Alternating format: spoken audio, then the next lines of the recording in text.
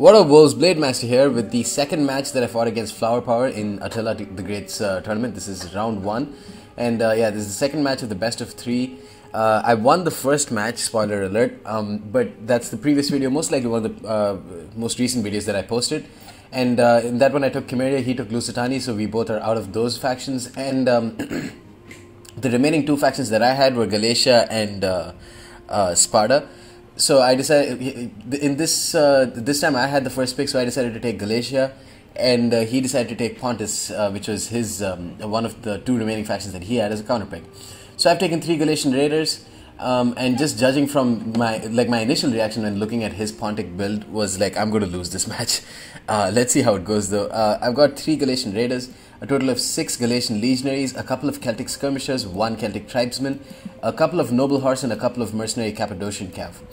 Pretty decent, well-rounded build. The reason I brought these 2 Celtic Skirmishers was only because I was going to go up against Pontus, and if you're going to go up against Pontus with a barbarian faction, that means he's definitely going to bring chariots, and javelins are just unbelievably strong against chariots if you can get them with a couple of volleys, or if you can hit the chariots with a couple of volleys. Now, Flower Power, on the other hand, has brought a very, very strong Pontic build. As part of Attila the Great's tournament rules, you could bring a maximum of 4 horse archers, and he's brought all 4 horse archers, and they will count towards a maximum of 8 cavalry, so he's brought a total of 4 noble blood cavalry. But here's where it differs from other tournaments. A super unit, the chariot or elephant for that matter, you can bring only 1 of either of them, but it doesn't count to your cavalry limit, so it doesn't count as a cavalry unit. So he's allowed to bring a total of 4 horse archers, a total of 4 noble blood cav, and 1 side chariot, and he's gone ahead and brought that. He's also brought a couple of Pontic Peltas and a line of Pikemen, so he's brought a total of 6 Pikemen and 2 Pontic Swordsmen, and he's kept his general as a Pontic Swordsman. So a very strong build. He's got 600 talent Pikemen, which can be pretty good. I mean, I would never ever bring pikes in a tournament. But, you know, all that being said, it's going to be pretty effective if you can use pikes to screen off an enemy and then, you know, flank around with your chariots and your pretty strong cav. Noble blood cav are pretty good. But one thing that I do have running for me is that I do have cavalry superiority. My noble horse and my mercenary Cappadocian cav should be able to destroy Flower Power's noble blood cav. Let's take a look at their stats. Let's compare their stats. 46, 25, 15, 34 versus 49, 29, 15, and 38. So they outmatch them in every department in melee attack. And in terms of melee defense, 34, 35, 70, 38, 37, 70, 90. They're just all round a better unit to bring. They do cost a lot more. These are 880 talent units versus Noble Blood Cav, who only cost 750. Now I'm moving up in front with my Galatian Raiders. I'm going to try and get his Pontic Peltas to start firing at me, and they are obviously not going to hit them. I was pretty on point with my micro in this game, I think. But yeah, I've got only 3 of my Galatian Raiders, and his horse archers will be a huge threat to my Galatian Raiders because Raiders are very lightly armored units. And at this point, you know, I don't really know what to do, because he's got 2 mercenary Scythian horse archers on either flank, and you can see one of them already got 8 kills on my Galatian Raider with just 1 volley. And he's got enough of horse archers that he doesn't need to really worry about my Galatian Raiders. And a big part of Galatia's strength is being able to harass your opponent with Galatian Raiders and let them come into the rear of your enemy's line, and then come in for some pretty devastating rear charges, which they're obviously capable of. But with mercenary Scythian horse archers on either flank, he doesn't need to be worried about that, and I have no choice but to run after his Scythians. And at this point, what he should have done is he should have issued an attack order with his noble blood cav and killed off my Galatian Raiders at that point. But he's actually going to move back with his mercenary Scythian horse archers, and he's going to go out of range, and this is going to give enough time for my Galatian Raiders to get some javelin volleys on his noble blood cav. Not going to do a lot of damage in terms of casualties, but it'll do a lot of HP damage for sure. And at the end of the day, it's giving me uninterrupted shots on his melee cavalry unit, just damaging them a lot before my already superior melee cav can enter the battle. I'm moving up in front slowly but steadily with my main line. I was really dreading the main line engagement, but I've engaged on the left flank with my mercenary Cappadocians against 2 of his noble blood cav, and you can see that his noble blood cav have gotten slaughtered just off the charge. 60 units remaining out of 80. And I charged in on his Pontic Peltas with one of my Galatian raiders, and they are going to take a ton of casualties in the process. But what it's done is it's basically it's made him move around with his pikemen, and his his pike line isn't as strong or sturdy as it was. Charging in with my noble horse here, just trying to destroy this cavalry flank as quickly as possible. These mercenary Cappadocian cav have racked up the kills. Definitely a very strong force, and a pretty worthwhile addition to Galatia, and they've really helped out in this cav flank over here. 45 kills on them. They are starting to drop now, but this side of the battle is going to be much more important for me. I've put my mercenary Cappadocians into diamond formation so that they can pass through this little blob here, and I'm going to catch his side chariots. He's made a big mistake here with his side chariots. He's pulled them up right next to my cavalry, and I'm going to be able to catch them. And once I've caught them with my mercenary Cappadocians, they'll definitely start dying. My Cappadocians are going to die very quickly though, because he's got Pontic Peltas who are firing. But I've also caught some of his Pontic Peltas here, and I'm going to move up in front with the rest of my line to start throwing their javelins. But this is the main thing, and this is what is going to be a game changer in this game. I've caught his side chariots. They've already dropped by one of the chariots have dropped. They're starting to drop very quickly now, and all around he's getting shots off on my mercenary Cappadocians, but that's causing friendly fire more than anything else. He still has 9 out of 12 chariots left, so they are a huge threat still. Meanwhile, his noble blood cavalry are dying to my superior cavalry. He's going to come in with his side chariots here, and this is exactly why I brought Celtic skirmishers. They are going to absolutely destroy this this side chariot. You can see they've already started to waver, and they're going to drop really quickly. They're decimated, destroyed within a matter of seconds. They haven't done anything in this battle. I've caught the noble blood cav on my left flank is trying to die now. My noble horse has hardly taken any casualties. My mercenary Cappadocians are pretty depleted, but they've destroyed a lot of his cavalry threat. My mercenary Cappadocians did take a lot of friendly fire, a lot of fire from his mercenary Scythian horse archers and stuff like that. And my noble horse general is starting to die now because of just look at the amount of skirmishers over here who are just focus firing on my general. So a great move there by Flower Power, but will it be enough to save that big mistake that he made with his chariots? I don't know. I've moved up in front close enough with my Galatian legionaries so that they can start throwing their javelins. You can see they've already taken, they've given a lot of casualties to those pikemen who were on pike phalanx, so they couldn't raise their shields above their heads.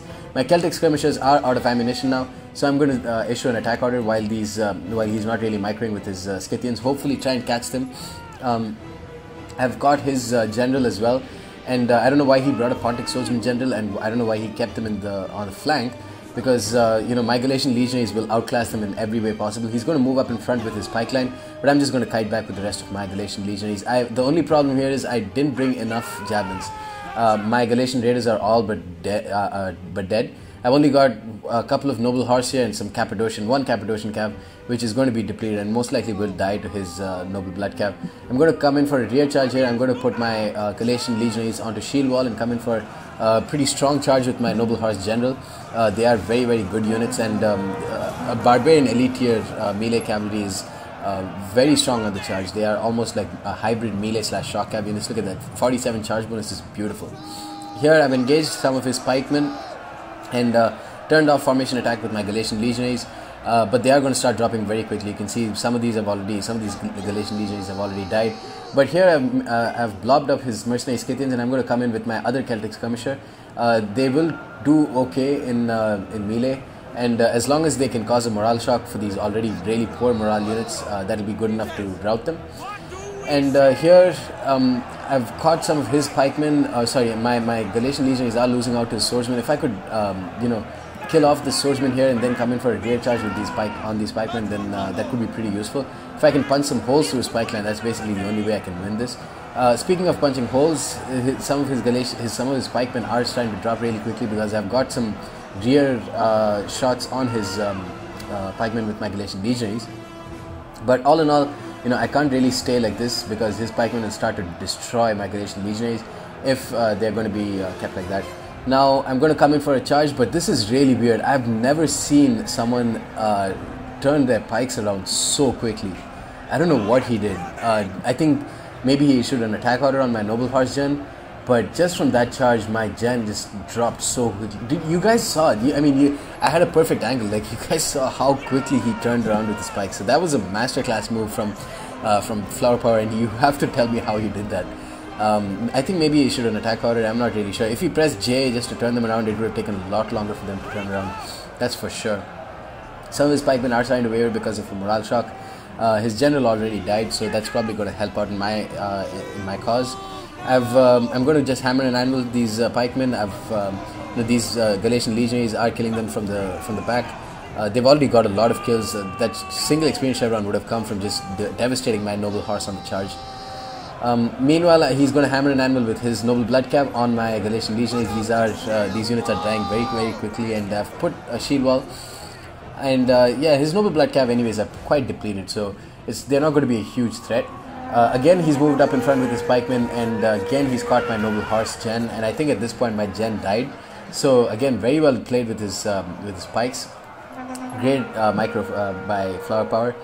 Definitely made up for his earlier mistake with his chariots. His pikemen over here getting 95 kills, his noble blood cav with 140 kills.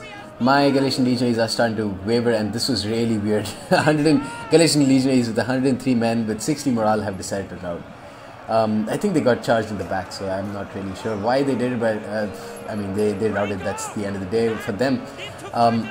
Some of my Galatian legionaries have got 119 kills. I turned around with them, and they were still in shield wall, so they were completely braced against that noble blood cav charge. These are units that are at full strength, which is weird. I don't really know what happened. I thought I killed all of his noble blood cav. But in any case, the charge wasn't very devastating. I feinted a charge with my other Galatian legionaries, and now I've rear charged one of his pikes. They're starting to drop. Let's see how many pikes he's got. He's got one pike over here, which is chasing after my Galatian legionaries. My gen is going to be attacked by his noble blood cav. He's got 3 pikes left, whom he's going to start triangling up. No problem with that tactic. It's a completely viable tactic. It's not like he boxed up at the start of the game, so I have no problem with that. And yeah, my general is starting to waver, but they are posing a pretty strong fight to these noble horse. Again, putting my Galatian legionaries onto shield wall, but it's not going to be enough. These are very depleted units. Again, he's played very well with this pikeman unit. And his noble blood cav, they have only 10 men left, and he's got another noble blood cav that's at full strength. From now, I'm just going to forward it. There's still 6 minutes left, and that's because I refuse to lose. I don't. If it's a tournament, I'm not going to just say fuck it and not play seriously. I still have a decent chance. I mean, if I can get some charges in, he's got this one pikeman unit that's isolated from the rest. So if I can maybe gang up on it somehow, then it could be good. He charged in with his noble blood cav, but I put shield wall at the right time, so they were completely braced. My Galatian legionaries suffered hardly any casualties, and he's lost one more cavalry. So that's again a small piece of good news, but you can see the balance of power here. It's definitely not in my favor. My thought process in this game was, if I can kill off this noble blood cav here, his pikemen have very poor morale. You ever see 45 morale? That could, by killing off his noble blood cav, that could maybe cause enough of a morale shock for his pikemen to rout. So just running away from his pikes, and now I'm going to issue attack orders on his noble blood cav, and just going to run away from his pikes. That's basically what I did for like 4 minutes. So yeah, just moving around. He's going to keep trying to screen off, and meanwhile I attacked with one of my Galatian legionaries. Not a good move on my part, I think, because he's managed to sandwich them, and that's going to start. These Galatian legionaries are going to start dropping really quickly then. But I've just issued an attack order with the other ones, so they're just going to keep chasing off that noble blood cav, and they are of course faster than a pike phalanx, one of the slowest units in the game. His pikemen have done really well, though. 115 kills, 80 kills, 39 with a single experience chevron. Was that? Yeah, 39 with a single experience chevron, and 52. So yeah, they've done well. He's got way more units than me, and I'm fighting a losing battle at this point. I'm going to try each time. I'm just going to try and catch his units while their pikes are up, so that I can get a sneaky charge off and kill off as many units as possible on the charge. I've caught his noble blood cav here, and they'll probably start dropping very quickly. Yeah, they've got only 67 men, and now that they're routing, or now that they're running away, I'm just going to keep chasing after them. Still 2.5 minutes left. He decided to charge back at my Galatian legionaries and then pull back. This is a smart move because at the very least it's going to cause a lot of HP damage for my Galatian legionaries. But he's dropping his noble blood cav are dropping very quickly. 42 men left, and with this I was just running. I didn't even move with this Galatian legionaries unit. This is going to be like a stalemate. What I did was put it in a very blocky formation so that I could attack his this little line over here. But of course that would never work. I killed off that noble blood cav, but it wasn't enough to send a morale shock. So we all know how this game is going to pan out. It's going to be 2 Galatian legionaries versus like 4 pikemen. So that's something that I can really not win. So I'm just going to run away, and then eventually I was just like, yeah, it's a good game. Well played to Flower Power. He has won this game, and yeah, I think so. Yeah, there we go. Wavering army losses and boom, costly enemy victory to Flower Power. Good game, well played, and well played with his pikes. I started off the game very well. I managed to kill off his chariots, which could have got at least 300 kills on my Galatian legionaries line. So yeah, I started off the game pretty well, and the one problem with using Galatia against Pontus is that they have Scythian horse archers, which can destroy one of Galatia's main threats, which are their Galatian raiders. So I think that's what really lost me the match. I needed those javelin cavalry to play a much bigger role in this match than they actually did. Anyways, guys, that's the end of this battle. Hope you enjoyed it, and stay tuned for more. Peace.